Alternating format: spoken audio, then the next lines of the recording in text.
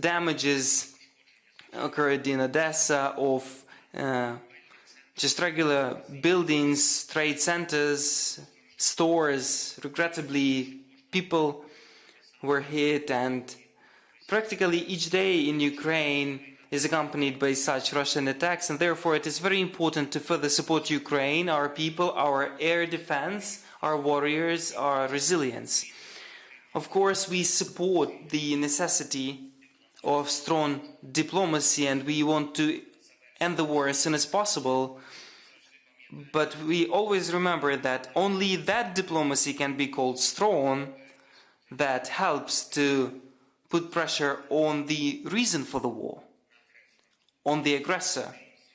And every day the world obtains new and new evidence that the sole reason for this war is Putin, is Russia. For more than a week now, there is a proposal for the full ceasefire at the table, and there is no silence only because this offer is not accepted by Putin. Therefore, we need pressure against Russia, and today we've discussed with President of Czechia all key details on the situation on the battlefield and overall the details of the war, and we appreciate Czech initiative regarding our help to Ukraine in artillery, and we work together for this initiative to be efficient this year as well. And I have informed Mr. President on the conversation with President Trump and on the preparation of our teams to the new meeting in Saudi Arabia in the near future. We're grateful for the support.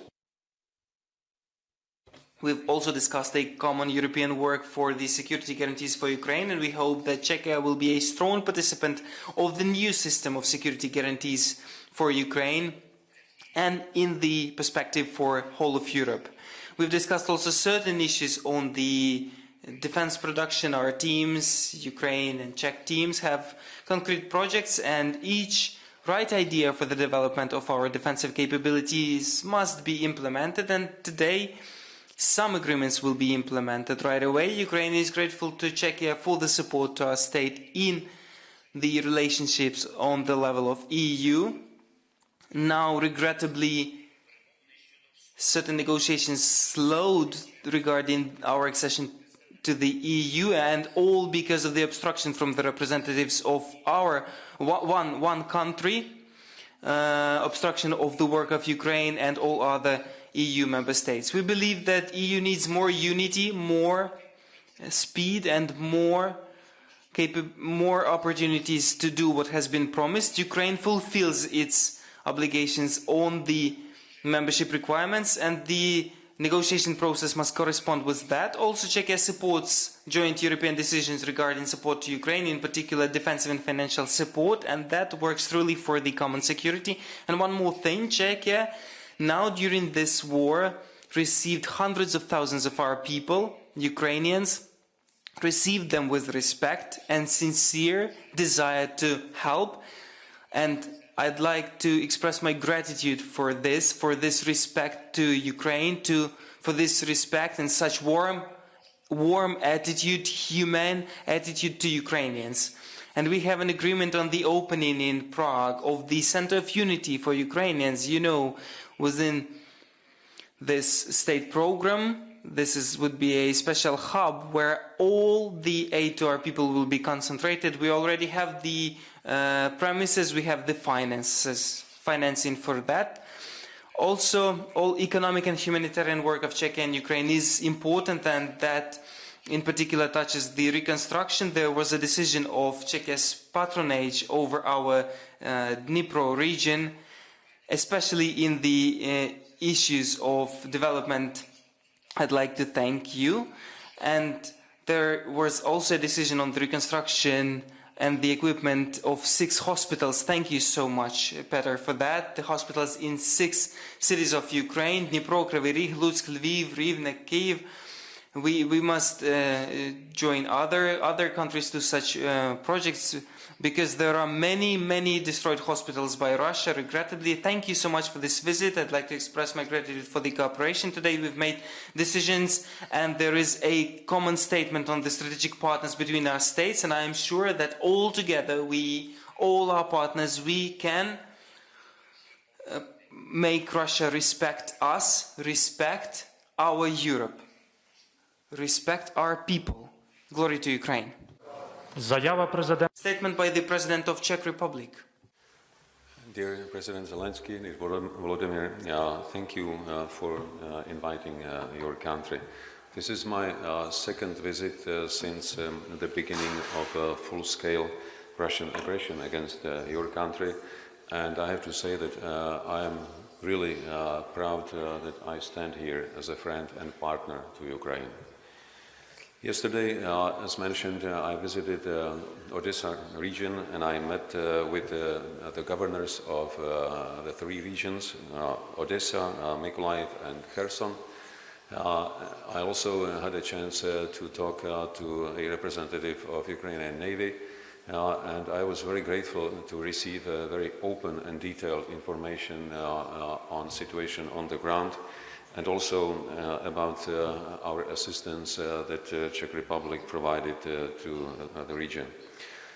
This morning I visited a children's hospital here in Kyiv that was hit last year by Russian missile, and I saw the level of devastation caused by that attack, and my probably the strongest emotion from that visit was, what can you think about a country and its military that is deliberately attacking hospitals, medical facilities, or even marked ambulances? How can you deal with such a country?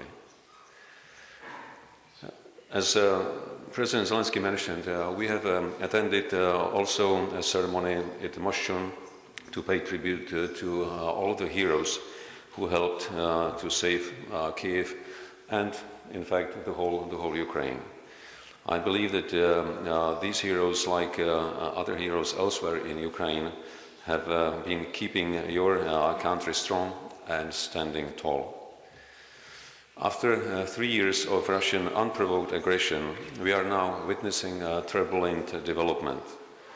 I am here to confirm to President Zelensky and to all Ukrainians that Czechia continues to stand firmly on your side. Nowadays we hear a lot of talking about a ceasefire, and frankly it seems more within the reach. And I am certain that no one wants the killing and the devastation to stop more than the Ukrainians themselves. But any ceasefire must be a step towards a sustainable peace. The terms of that peace must be acceptable to and agreed by Ukrainians. We Czechs fully understand Ukraine's aspiration to make sovereign choices about the future and to live as a free society. Ukraine needs to receive guarantees that Russia will not attack again. That is our collective responsibility. Czechia is going to contribute its share. We are currently discussing our involvement in the coalition of willing. We are keen to continue with vital supplies to Ukrainian armed forces. And we are leading the way in transferring military production to Ukraine.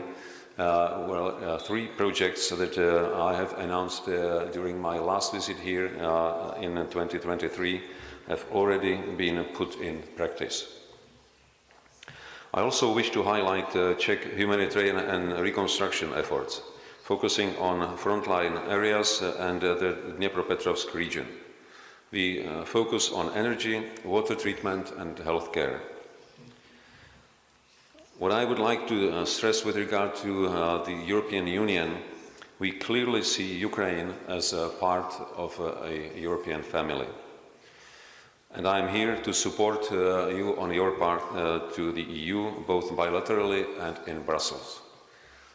We also encourage all our allies and partners not to put a question of Ukrainian membership in NATO off the table, because it is clearly the strongest and also the cheapest guarantee of future peace. There is no doubt that the relations between Czechia and Ukraine have reached the level of strategic partnership. And as mentioned, I am also happy that we came to an agreement on a joint statement. The document lays out the guiding principles of our future cooperation, as well as its formats and the various initiatives. I am convinced that if we stay together, we will eventually prevail. Thank you. Thank you so much. Дякую, шановні журналісти. Thank you, dear journalists. Now it's time for your questions. We will start with We Ukraine. Thank you, Mr. President. Welcome you. The first question will be to you. You've mentioned the issue of the negotiations in Saudi Arabia, and Ukrainian journalists have the question, shall the Ukrainians await the signature of the agreement or a certain treaty after the meeting in Riyadh that will happen this Monday? We understand that this will be a technical level meeting, not political level meeting. So will there be a person sent from our delegation who would be empowered to do it? If no, do you see the need to call for another meeting on the more serious political level? Do you see the need to conclude such an agreement, and in which format? And thank you so much, Mr. President. Question to you. You mentioned that you've been in Odessa yesterday, but please, if you would, could you please elaborate on the details? Did you see the attack? Were you there when the attacks were? More than 18 explosions witnessed the residents of Odessa. Do you see Putin being ready for the ceasefire and sticking to the ceasefire if the ceasefire is arranged? Thank you. You want to answer? If I... Okay. Okay.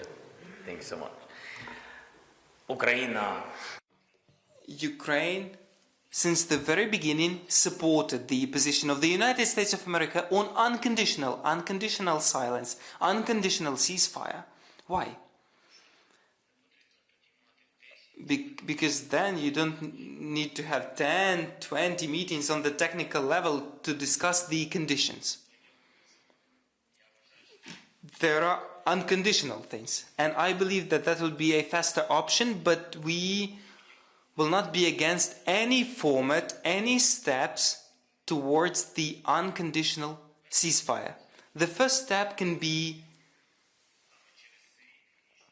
and this is why we have a technical level meeting, it can be silence in the sky, or the conditions that President Trump have discussed with me by the phone. He conveyed to me what they have discussed with Putin. So not to strike with long-range weaponry, the energy facilities and other civilian infrastructure. There are questions on other civilian infrastructure. What is the quantity of the facilities? Which exactly? So I believe that our technical team will be ready to be prepared with the list of civilian facilities and the accesses where we see it, because I cannot tell you on how this meeting will end, because we see the technical teams. I think it would be good if the meeting ends with some result that can bring us closer to the full ceasefire. And it is on this that result will depend on this. Do the Russians really want it, or they just pretend to want it? We do want it, and our team will be present on quite high level, very professional people. There will be also a Minister of Defense separately, and I think that we'll be ready to be very fast and very substantial. And I think that there are no issues to Ukrainian team. Thank you. To my part of the question, we have left Odessa by train about 20 minutes before the first explosions were heard. It was not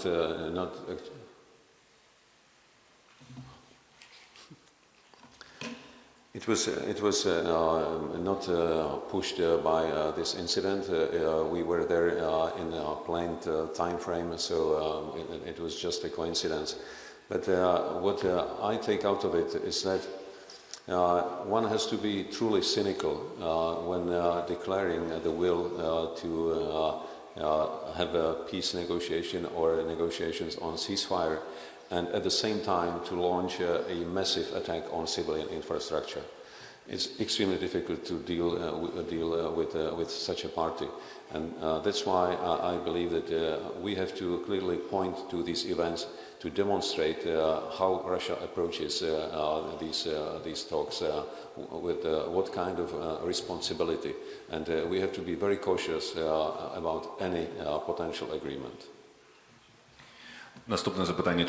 Next question, Czech TV, please.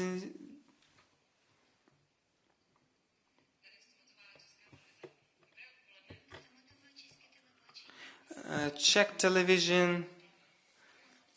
I'd like to ask, this war has shown that it is crucial not only for Ukraine. Mr. President addressed the projects that you managed to implement. Which projects did you plan to do this year? Ammunition or small arms.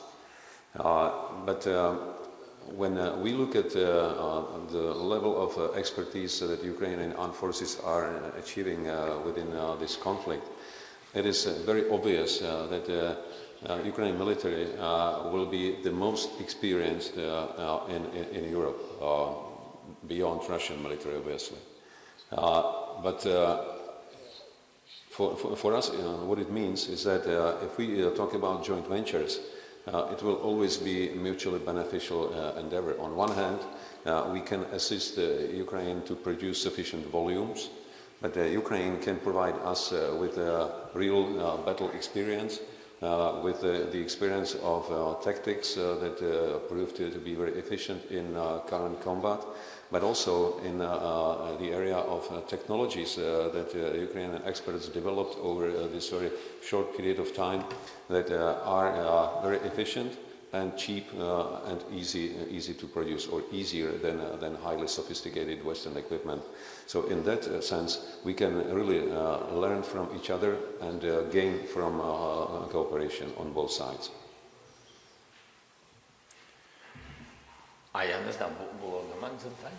Was there a question to me? Далі. Let's continue.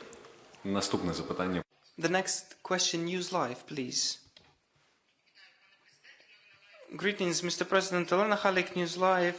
Next week there is a meeting to take place in Paris. Could you please elaborate on the details on the negotiations within the frame of Coalition of the Willing? And there was some information that some countries do not want to send military contingents and want to pass this mandate to the UN. Do you have any information on this? And Mr. President, my question to you, will Czechia send military contingents to Ukraine? The boots on the ground.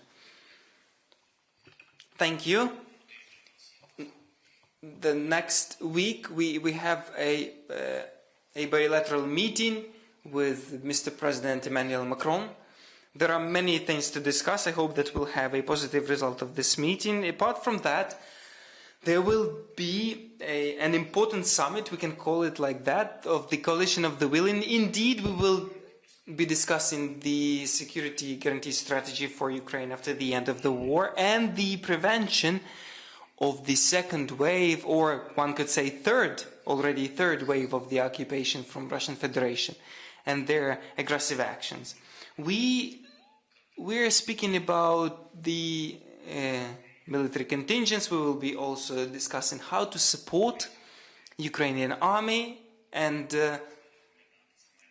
how this infrastructure of the contingents will look like, where, how many people they're ready to send, who is ready to be part of the Coalition of the Willing, and it's absolutely understandable because each country has its own objective or subjective reasons.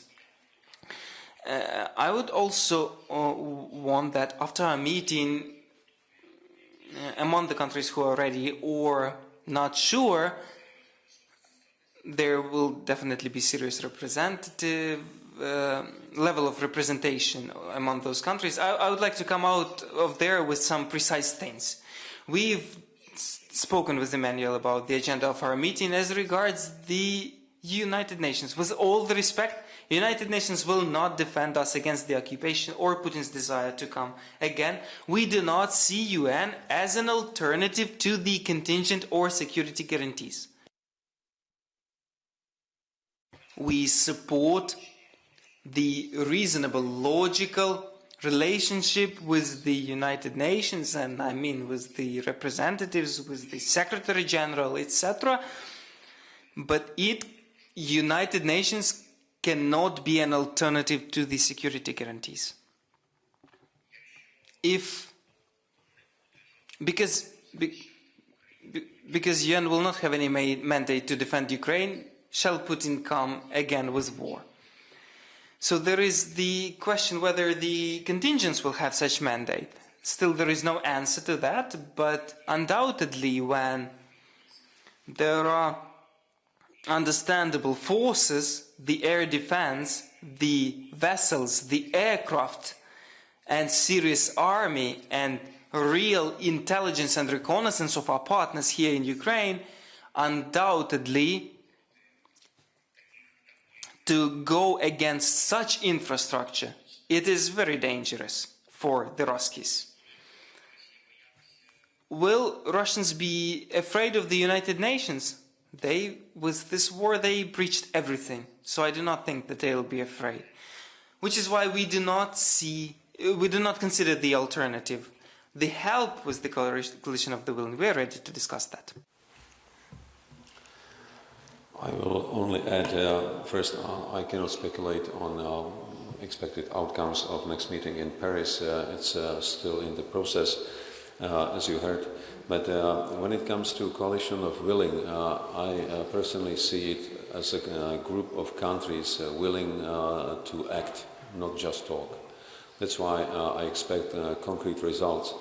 Yesterday there was a meeting of chiefs of defense in London, whose primary purpose was to talk about modalities of potential military presence in Ukraine.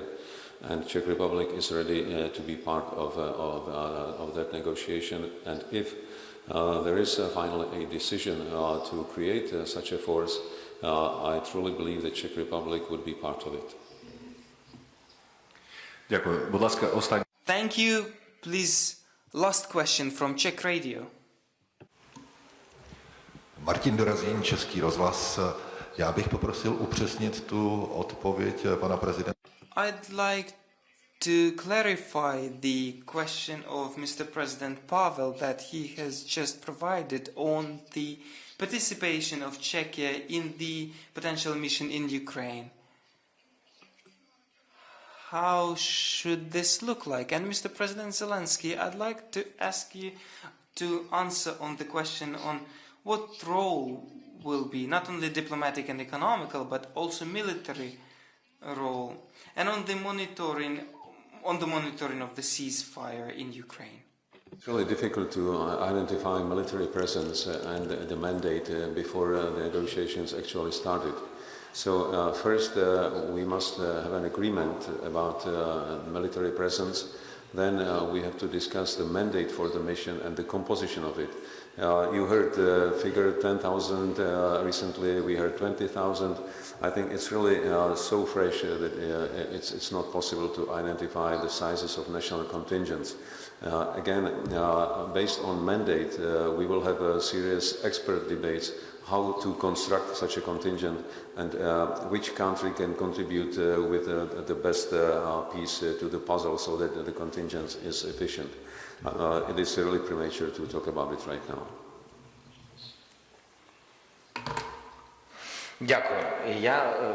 Thank you. I did not fully understand your question because you are speaking about monitoring of peace. But let us get there in the first place, because you say that there is a need to monitor the end of the war, but we're speaking about the first step. And this is why the teams will be meeting, to monitor the ceasefire, because Russia permanently violates it, even before the agreement to end the war. But of course, at first we need to agree on the ceasefire, and it is really important here on who will monitor it. And we have spoken with various of our colleagues, with Britain, with France. We've spoken with the United States of America, with the countries with whom we work on the level of intelligence. And that is not a secret, and we'll be speaking with them about the modalities of this monitoring and how to monitor the end of the war with the Russians. That is a difficult question overall. I always stood for the cheapest way to monitor and cheapest way to provide security guarantees for everybody, cheapest for everybody. And probably the most efficient, that is NATO. It's all ready there. Who monitors, how to use forces in the event of aggression, etc. So I think that is the most understandable format. If we do not have such format, then everything will be more expensive and more complicated. Thank you, Mr. President. Thank you so much, dear journalists. We end the press conference with this.